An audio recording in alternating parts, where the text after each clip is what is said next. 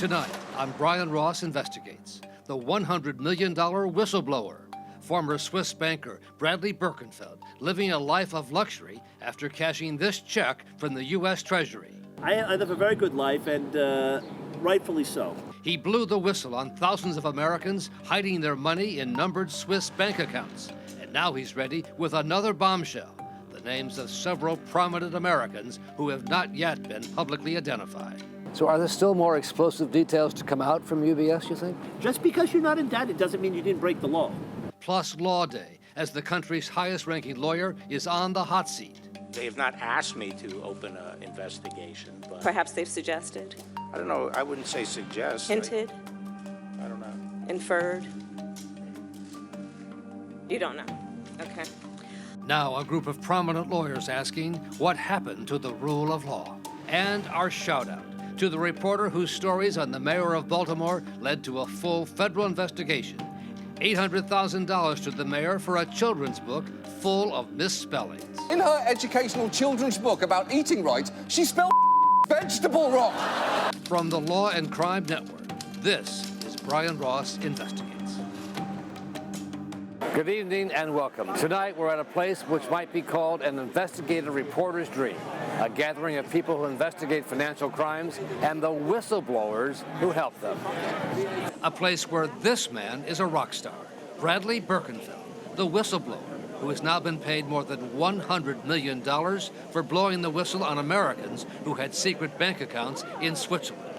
After taxes, the amount in this U.S. Treasury check made out to Birkenfeld was some $75 million, the most ever paid to any whistleblower. It sends a message to the rest of the world and other potential whistleblowers that if you have the courage, you can come forward and make a change. Now Birkenfeld, an American citizen, is rich beyond his dreams, with homes on the island of Malta, on a lake in Italy, and in London, all thanks to a U.S. law to give whistleblowers a percentage of what they help to bring in. You're living a pretty good life. I live a very good life, and rightfully so, because what I did was I followed the IRS whistleblowing law, and I helped them build a program that really needed this. A lot of people would say you have too much money or we never should have paid this, but what they don't understand is what I did was I put a illegal business out of business. And Birkenfeld told me he's preparing yet another bombshell, the names of several extremely prominent Americans who Birkenfeld says had numbered Swiss accounts but have not yet been publicly identified. So are there still more explosive details to come out from UBS, you think? Oh, sure, absolutely. Just because you're not indicted doesn't mean you didn't break the law. At the time he decided to blow the whistle, Birkenfeld says he was making $2 million a year at the UBS Bank in Geneva, already living a life of luxury as he helped wealthy Americans hide their money in numbered accounts. We had 19,000 accounts and $20 billion in assets. Americans. Just Americans. And these were Americans with essentially secret accounts, not paying taxes, not disclosing that they had these accounts to the IRS? That is correct. I mean, these were undeclared numbered accounts in which they were hiding their money from just the tax authority, but also, as I said, a spouse or a business partner and so forth. So this was going on for quite a long time. But again, that was just the accounts. You also had homes, yachts, cars, safe deposit boxes, which weren't accountable. So I felt as though I couldn't sit still and be quiet. And I always say silence is complicity. But you were part of the scheme, weren't you? Well, that's it. You know, whistleblowers generally work within the organization. I was at UBS, but I was the only one in the history of this entire decades-long tax fraud to come forward. So that should say something alone. When Birkenfeld, a mid-level banker with Birkenfeld's whistleblowing set off a worldwide scandal. He touched off an investigation that would threaten one of the world's largest banks with extinction and shake 300 years of Swiss banking secrecy to the foundations of its underground vaults. I think this is the beginning of the erosion of bank secrecy. The world's rich and super rich are beginning to pull their funds as the rest of the world starts to attack Switzerland and its banking secrecy. Well, it transformed a multi-trillion-dollar industry forever and so forth. At this week's conference, U.S. government officials were doing all they could to advertise for more Birkenfelds. We ended up having proceeds collected of about $1.44 billion. And out of that, we issued $312 million and awards to whistleblowers. Watching it all was Birkenfeld and his lawyer, Steve Cohn. Is it too much money? Is it over the top? Absolutely not. The key in a whistleblower program is to incentivize and motivate people who are afraid of losing everything. And to get the really big fish, the people in high levels with large amounts of money, who make high salaries, you need large rewards, period. So are you getting people to come forward now who are more than just low-level, mid-level employees?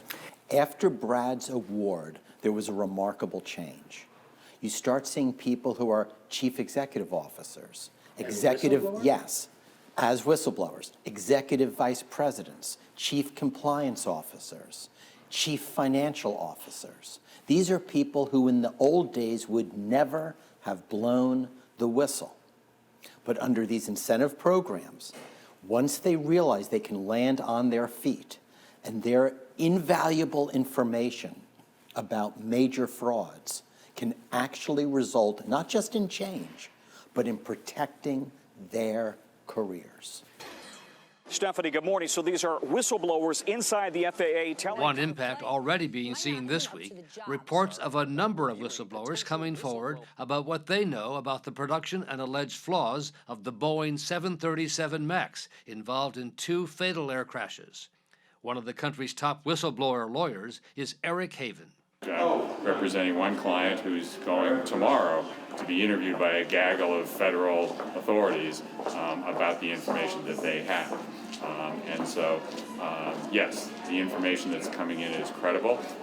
I'm going to prejudge whether it's going to solve the mystery of what happened here, but it's always better to have more information.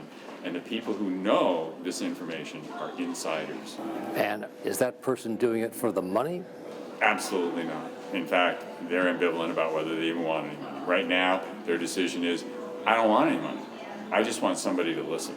Until recently, that was the motivation of America's best-known whistleblowers, celebrated in the movies, like Karen Soakwood, up against the nuclear industry. I'm doing something good.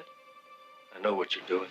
You're the wrong. Jeffrey Wygant, who exposed the tobacco industry. The American public need to know. Aaron Brockovich, taking on a big gas and electric utility. These people don't dream about being rich. They dream about being able to watch their kids swim in a pool without worrying that they'll have to have a hysterectomy at the age of 20. Mark Whitaker, the informant inside the ADM company. How can you possibly stay there when you've just taken down the company? Because they need me to run the company. Frank Serpico, the idealistic New York cop. The guy's telling me, take the money. We'd feel a lot better. And I said, what do I care what you feel? I like to sleep at night. And Mark Felt, the FBI agent who was the Watergate deep throat source. How long have you been in the FBI? 30 years. That's a lot of information. None got rich like Bradley Birkenfeld. Did you do it for the money? I didn't, and I think if you look at the timeline, you can see that I started my whistleblowing a year and a half before the law was even passed. So anyone who says that I had this idea that was for the money is wrong, because I quit my job at UBS in Switzerland far before the law was even passed. But Birkenfeld paid a price. Of all the bankers that you exposed, how many went to jail? No one. How about you? I was the only one to go to jail in the whole financial crisis. Birkenfeld was big news on that snowy day. He reported to a federal prison to serve 30 months. Prosecutors claimed he had not been fully forthcoming in his whistleblowing and tried to protect his biggest client. The Bush Department of Justice, who was more interested in indicting a whistleblower than getting to the facts. It's proven. I went to the SEC, the IRS, the U.S. Senate, and the DOJ, and before they even knew me, they were hostile towards me as a whistleblower. You were angry when you went in there. Oh, yeah, absolutely. And I still will hold the federal judge responsible. I'll hold the prosecutor responsible because they know it's a lie. I never should have gone to jail because I was the one who exposed this multi-billion-dollar, decades-long tax fraud. So the fact that you want to scapegoat me because I made you look like a fool, sure, that's what happened. I was a scapegoat. But it was just 2 weeks after Birkenfeld was out of prison on work release that the IRS sent him that $75 million check. And what was that like when you got that check in your hands? There is a real check, right? Oh, it was a U.S. Treasury check, and one of my attorneys, Steve Cohn, brought it to me because I was in New Hampshire at the time. And and I had to sign it because he had to deposit the check. So it was quite a moment which we'll never forget. I recall being very vindicated at that moment, sitting in this little barn house with Steve, and we hugged each other. So it was really quite a joyous moment, yes. Did you go out for a big dinner or buy an expensive bottle of wine, or? I was still on probation, so I couldn't drink. But what I did do, the first thing I bought was a brand new Porsche Cayenne Turbo. So I spent some money on a new car, and it was quite a joy just to be able to know that I could just buy whatever I wanted. And it was a big change from going from prison to a barn in New Hampshire and a $75 million check. Birkenfeld has written about his whistleblowing travails in the book Lucifer's Banker. The book Mark is actually a reproduction of the $75 million U.S. Treasury check he received. In the book, he takes on the federal prosecutors who he dealt with and who later decided that he should go to prison too. He's vowing to blow the whistle on them. From the moment I walked in, the hostility was obvious. They called me a tipster, not a whistleblower, and they said, "We don't really believe you have information." And they told me I watched too much TV, that's Hollywood. Well, they told me I didn't know what I was talking about. Well, then, I have 104 million reasons why I'm right and they're wrong. So now you're a multimillionaire, rich beyond your dreams, and you're still on the case, though. You won't let it go. No. Why not? Well, it's a good question, and I think it's important for people to understand when you go through such a roller coaster ride of this magnitude, I have the capability now, not only the funds, but I have the knowledge and the motivation to help other whistleblowers who are less fortunate than I am. And a lot of them are a lot less fortunate, never got paid, got divorced, lost their job, and so on and so forth. So I'm going to rectify that. What I'm going to do is go back in and not only continue to whistleblow against my own government, the Department of Justice, who is corrupt and have to be exposed, which I'll continue to do that, but also to help future whistleblowers to understand that you can come forward. And Birkenfeld says he's also pressing now to get a pardon from President Trump, who he says should understand his plight. I think President Trump, if he knew the merits of my case and he looked at them, what I did as a historic first for this country, I brought more money back to America than any American in history. I eradicated an illegal business that was undermining our economy. And in fact, what it's done is it's exposed, as he's always said, a corrupt Department of Justice. And that's exactly what's happened in my case. Have you now applied for a pardon? I haven't applied, but I think my story will get to the president. And I think that's really important for people to understand. The merits of my case are deserving of a presidential pardon, and I hope the president would recognize that. Coming up next, the White House stonewalling the Attorney General on the hot seat. They have not asked me to open an investigation, but... Perhaps they've suggested? I don't know. I wouldn't say suggest. Hinted? I don't know. Inferred? You don't know. Okay. Prominent lawyers are asking, is American democracy in crisis? When we return.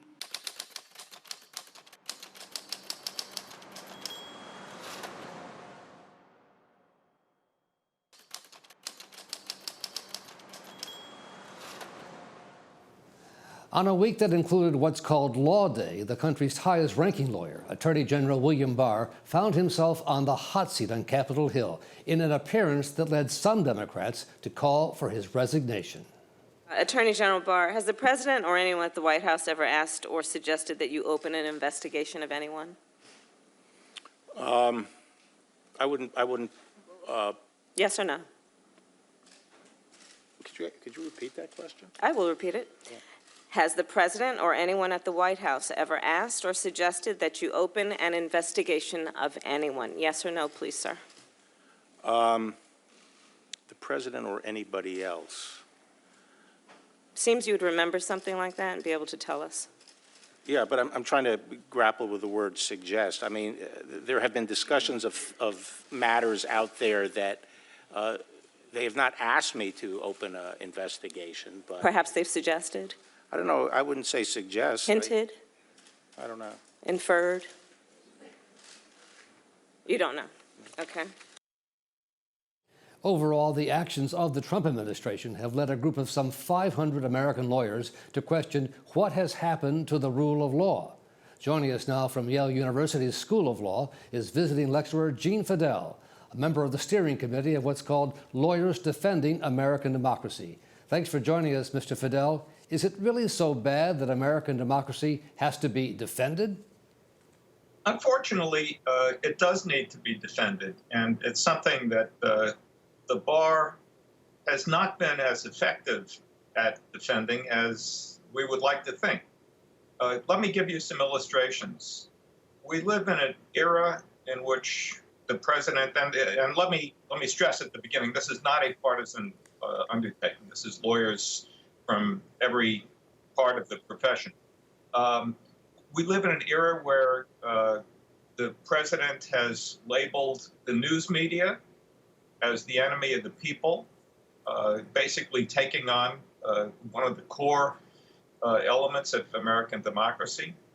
The president has criticized our court system as broken and unfair. He's vilified an entire federal circuit, the U.S. Court of Appeals for the Ninth Circuit, calling it a costly and dangerous disgrace. He's referred to a federal district judge as a so-called judge. So, Gene, let me ask, what should lawyers do about that? Well, that's the question. And what we think has to be done is the bar has to come forward as the bar. I'm talking about the bar associations nationally as well as in every state and major city where there's a bar association, even at the county level. The bar should be coming forward and standing up for the core principles of the American legal system. It's a fact that many lawyers have come forward doing pro bono work, representing individuals in the Muslim ban litigation that we all remember. It's not that long ago. The law schools have created clinics. There's one here at Yale Law School, and many other schools have come forward. Individuals have come forward, but we need to have the bar as an element of the American legal system to come forward and use its vocal cords, get out there and stand up for core principles that the bar has an interest in and the bar is uniquely qualified to speak about. Mr. Fidel, a quick question from our control room and executive producer, Rhonda Schwartz. Sure. You say it's not a partisan group, but won't this just be perceived as a group of liberal lawyers beating up on President Trump? Well, evil is in the eye of the beholder, but I'm here to tell you this is nonpartisan. These are people from all over the political spectrum.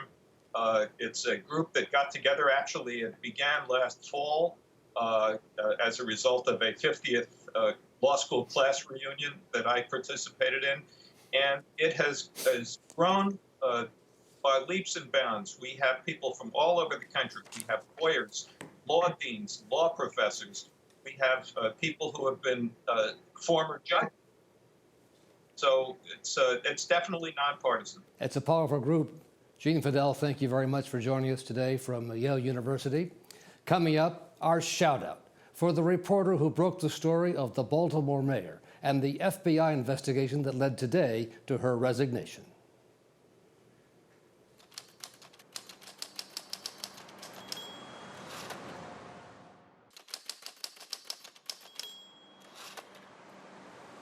Our shout-out tonight to the reporter at the Baltimore Sun who followed up on a Sunday afternoon phone call tip to break an explosive series on the city's mayor who resigned today just a few hours ago. The FBI searching the home and office of embattled Baltimore mayor. They came out of the house with boxes and boxes upon evidence. When the FBI raided the home of Baltimore Mayor Catherine Pugh, it wouldn't have been much of a surprise to the readers of the Baltimore Sun and its State House reporter Luke Broadwater, who has a good source and a good nose for when something smells fishy. And sometimes tips pan out and sometimes they don't. You know, you chase, but this time it resulted in something. And frankly, I was personally very surprised by how strong and harsh the reaction was and how quickly things began to change.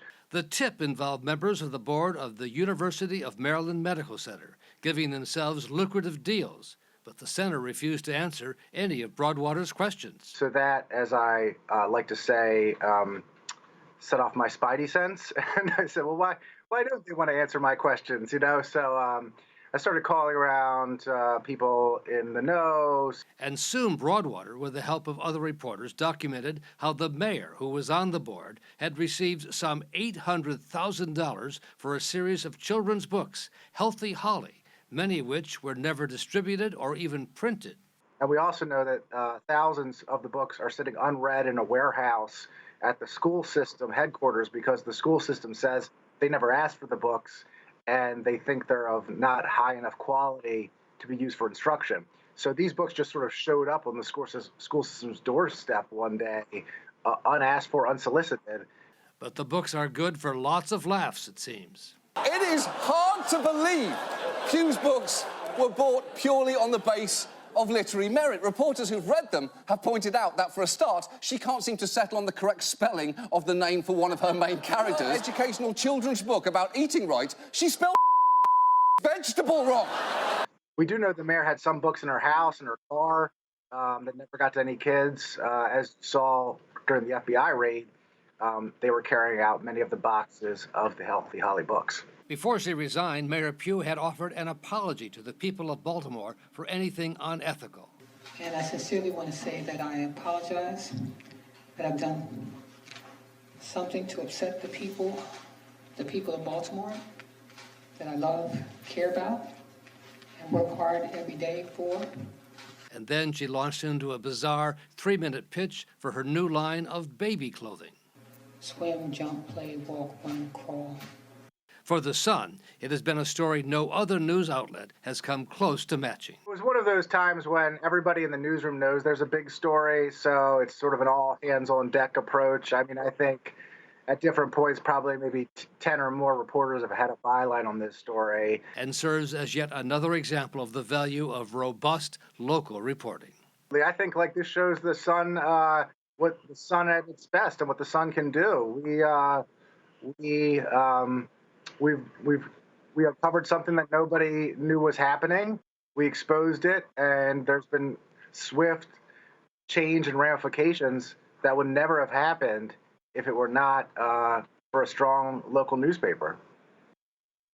So our shout out tonight to Luke Broadwater and his colleagues and editors at the Baltimore Sun, following up on that weekend tip, not refusing to let the story die. That's our program for tonight. Thanks for joining us. We'll see you again here next week. Good night.